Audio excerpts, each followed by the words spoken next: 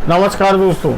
तो अगर आप अपने पीसी को अपग्रेड करना चाहते हैं तो ज़रूरी जो बातें हैं, अगर आपको जानकारी नहीं है तो उन बातों का ध्यान से आप सुनिए। आज मैं आपके लिए सारी जानकारी देने वाला हूं। तो सबसे पहले आप अपने पीसी देखेंगे कि आपका पीसी कौन सा है। जैसे कि मान लीजिए आपका सीपीयू कौन सा है, LG 775 है, 1151 है इंटेल का, या 775 इंटेल का है, या फिर 1151, 1156, जो भी है आपका सॉकेट सीपीयू की। याद रखें, सीपीयू की एक सॉकेट पर काम करता है, जो कि हमारा सीपीयू जिस सॉकेट पर लगा है, मतलब मदरबोर्ड में लगा रहता है, तो उस सॉकेट का नंबर रहता है। नंबर ऐसे मान लीजिए कि हर सीपीयू का साइज थोड़ा डिफरेंस रहता है। तो उस क्वालिटी के सीपीयू बहुत सारे होते हैं, लेकिन उसमें एक दूसरे का सीपीयू नहीं लगते। तो इसकी आपको जानकारी होना चाहिए कि आप सीपीयू अपग्रेड तो करना चाहते हैं, लेकिन आपको नॉलेज होना चाहिए कि आपको किस प्रकार से अपग्रेड करना है। मान लीजिए आपका मदरबोर्ड LG 775 सीपीयू को सपोर्ट करता है, तो LG 775 की जो सॉकेट होती है वो कुछ अलग रहती है। अगर आप सोच रहे हैं कि मैं उसमें i3 या i5 सीपीयू डलवा लूँ, तो आप बिल्कुल रॉन्ग सोच रहे हैं। इसलिए LG 775 में LG 775 ही सीपीयू उसमें काम करेगा। सीपीयू मतलब प्रोसेसर, याद रखें। तो उसमें प्रोसेसर केवल LG 775 वाला ही काम करेगा।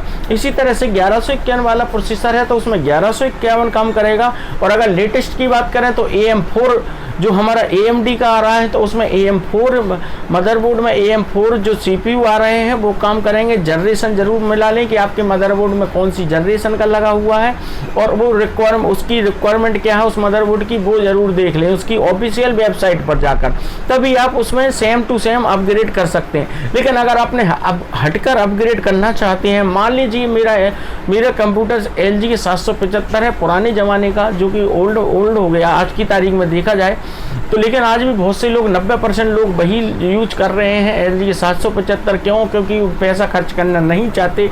तो अगर मैं सोचूं कि उसमें i3 सीपीयू डलवा लूं, तो वो मैं नहीं डलवा सकता। क्यों? क्योंकि मदरबोर्ड में जो लगाने की जगह है वो केवल वही उस कैटेगरी के सीपीयू लगाने की जगह है। तो उसकी वेबसाइट पर जाइए मदरबोर्ड की, उसमें देख लीजिए कौन कौन सा सीपीयू काम करेगा, वही सीपीयू से आप अपग्रेड कर सकते हैं। ऐसा नहीं कि आप अपनी मर्जी से कोई सा भी प्रोसेसर अपग्रेड कर सकते हैं। तो चलते हैं और समझते हैं बात को कि अगर हम सेम अपग्रेड करते हैं सेम मदरबोर्ड के साथ, तो हम किस प्रकार से अपग्रेड कर सकते हैं। तो शुरू करते हैं हम सबसे पुराने पीसी के साथ। तो पुराना पीसी हम मान सकते हैं LG 775। तो LG 775 में मान लीजिए आपका ड्यूल कोर सीपीयू लगा हुआ है, तो उसमें आप क्या कर सकते हैं। ड्यूल कोर लगा है, DDR3 रैम लगी हुई है, और आप उसको अपग्रेड करना चाहते हैं।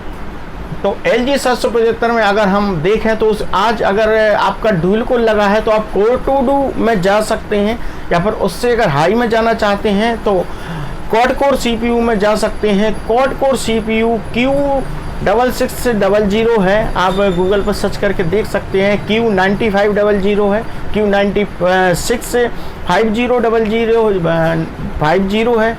Q9650 है। तो इंटेल के इस तरीके से सीपीयू आपके आएंगे क्वाड कोर LG 775 में, जो हाई स्पीड में है। कुछ जियोन के भी सीपीयू आ रहे हैं जो कि जुगाड़ करके बना दिए गए हैं LG 775 में लगाने के लिए, लेकिन वो जुगाड़ करके बनाए हैं, याद रखें, ऑफिशियल नहीं है वो, उसके लिए वो सर्वर के लिए है। तो बना दिए गए हैं, तो अब वो भी आप सीपीयू यूज कर सकते हैं। सेकंड अपग्रेड में बात करें आप उसमें और स्पीड कैसे ला सकते हैं सीपीयू की, तो उसके लिए आपको रैम की आवश्यकता रहेगी। तो रैम आप बढ़ा सकते हैं, 4 GB की 2 लगा सकते हैं, 2 GB की लगा सकते हैं। अगर आपकी 1 GB लगी है, 2 GB लगी है, तो 4 कर सकते हैं, 4 की जगह 8 भी कर सकते हैं रैम के लिए। तो इससे आपका सिस्टम की मेमोरी थोड़ी बढ़ जाएगी, तो अच्छा वर्क करेगी। सेकंड बात करें हम SSD की, तो अगर आपके सिस्टम में विंडो डली है 10 चलाना चाहते हैं, तो कम से कम 8 GB रैम यूज करें, या 4 भी कर सकते हैं। और साथ में SSD होना अनिवार्य है, क्योंकि हार्ड डिस्क पर आप अगर चलाओगे तो आपका विंडो 10 वगैरह या फिर कोई सा भी चला रहे हो तो वो स्लो वर्क करेगा, इसलिए SSD अपग्रेड कर सकते हैं। तो ये 3 चीज़ें आपको अपग्रेड करना है, तो आपका CPU पुराना वाला ही तेज़ हो जाएगा। जैसे कि सबसे पहले आप CPU कीजिए, CPU कुछ ज़्यादा नहीं आएगा, 1000 रुपये या 1200 रुपये के आसपास CPU आ जाएगा। और अगर हम रैम की बात करें तो 4 GB की अगर 2 भी लगाओगे तो वही आ जाएंगे 1500 के आसपास आ जाएंगे, 2 आ जाएंगे 3000 रुपये के आसपास। और अगर हम SSD की बात करें तो विंडो डालने के लिए आपको SSD चाहिए, तो छोटी सी SSD ले लीजिए 2000 रुपये तक की। तो इस तरह से आपके 6000 रुपये में एक अच्छा सा CPU बन जाएगा। इसमें बहुत सारे आप गेम्स भी खेल सकते हैं और लैग नहीं करेगा आपका सिस्टम।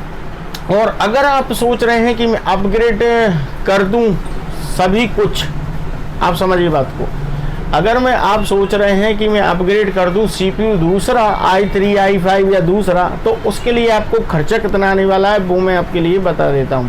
तो अगर आप सोच रहे हैं अपग्रेड करने पर CPU दूसरा लेंगे तो उसके साथ आपको मदरबोर्ड भी दूसरा लेना पड़ेगा।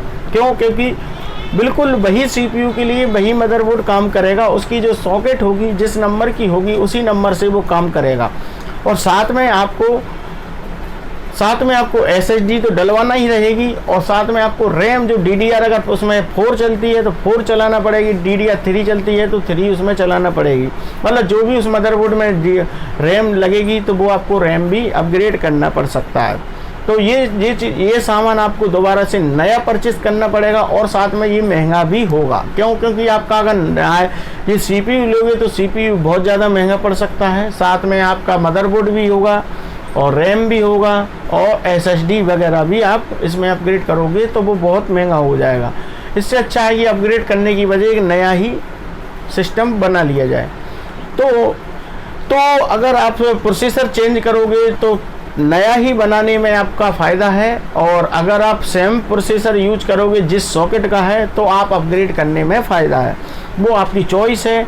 और एक चीज़ और छोटी सी इंफॉर्मेशन दे दूं दोस्तों कि अगर आप 64 बिट ऑपरेटिंग सिस्टम चलाओगे तो रैम आपकी 4 GB से ज़्यादा आप यूज कर सकते हैं, मतलब 8 GB भी यूज कर सकते हैं, 16 GB यूज कर सकते हैं 64 बिट पर। लेकिन अगर आप 32 बिट चला रहे हो तो 4 से ज़्यादा आप नहीं चला सकते। आप लगा भी दोगे 4 से ज़्यादा तो वो काम नहीं करेंगी। तो बात यही है कि आप 4 से ज़्यादा अपग्रेड ना करें अगर आप 32 बिट ऑपरेटिंग सिस्टम चलाना चाहते हैं। तो छोटी सी अपडेट थी दोस्तों, आपका CPU system, computer system upgrade करना चाहते हैं तो कर सकते हैं। छोटी सी नॉलेज थी। वीडियो अच्छा लगा हो तो सब्सक्राइब कर देना, बेल आइकन दबा देना। मिलते हैं किसी नेक्स्ट वीडियो में। थैंक्स फॉर वॉचिंग दोस्तों, बाय।